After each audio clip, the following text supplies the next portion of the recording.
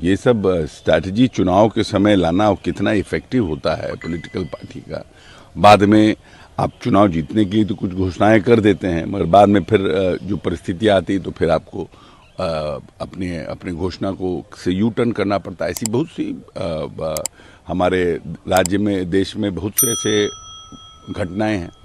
तो जनता को ये देखना चाहिए कि स्टेबल और मजबूत गवर्नमेंट कौन दे सकता है, झारखंड को तेजी से आगे बढ़ाने में किसकी भूमिका हो सकती है, कौन एक सशक्त और मजबूत रूप से देश को आगे लेके जा सकता है। तेजस्वी यादव ने भी दावा किया है कि महागठबंधन और इंडिया अलायंस की सरकार झारखंड और महाराष्ट्र में बनने जा रही है। वहीं 4 सीटों पे जो उपचुनाव हुए बिहार में, उस पे भी जीत हमारी हुई। किस तरीके से एनडीए दिख रही है अशोक चौधरी और उनकी जेडीयू? 4 सीटों पर झारखंड और महाराष्ट्र में हमने बहुत काम नहीं किया, लेकिन जो हमें जानकारी और जो इन्फॉर्मेशन हमारे है, क्योंकि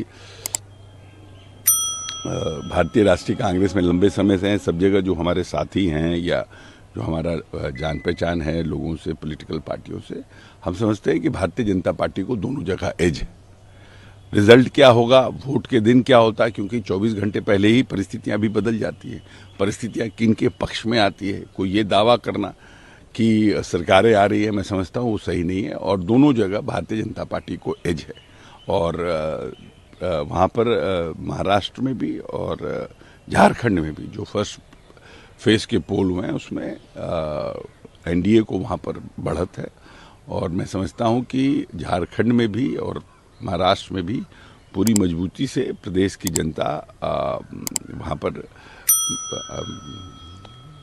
अलायंस को, एनडीए के अलायंस को, और झारखंड में भी एनडीए के अलायंस को अपना समर्थन देगी और वहाँ मजबूत सरकार बनेगी।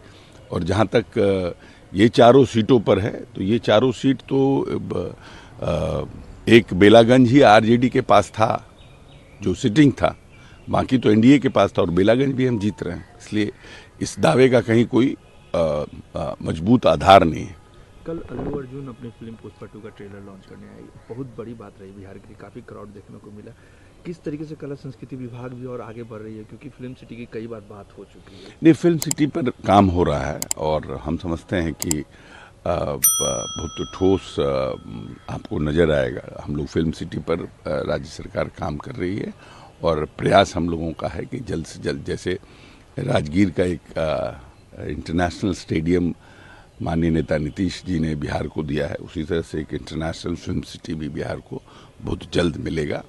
और इसका मतलब जिसको है आधारशिला बहुत जल्द रखी जाएगी। जिस तरह से साउथ के अल्लू अर्जुन आए और उन्होंने यहाँ की भीड़ को देखा, और यहाँ के जो भीड़ ने और यहाँ के जो हमारे नौजवान साथियों ने जिस तरह से उनका उत्साहवर्धन किया है, हम समझते हैं कि भविष्य में ये एक बड़ा टर्न है। और भविष्य में और भी जो बड़ी बड़ी फिल्म है उसके भी सुपरस्टार यहाँ पर आएंगे, क्योंकि जो उत्साह और जो भीड़ है वो सबके लिए उत्साहवर्धक है। तो भविष्य में इस तरह के और कार्यक्रम हों, इस तरह के और डिफरेंट जगहों पर हों, और बिहार भी मनोरंजक जगत के एक रडार पर आने वाले समय में आए।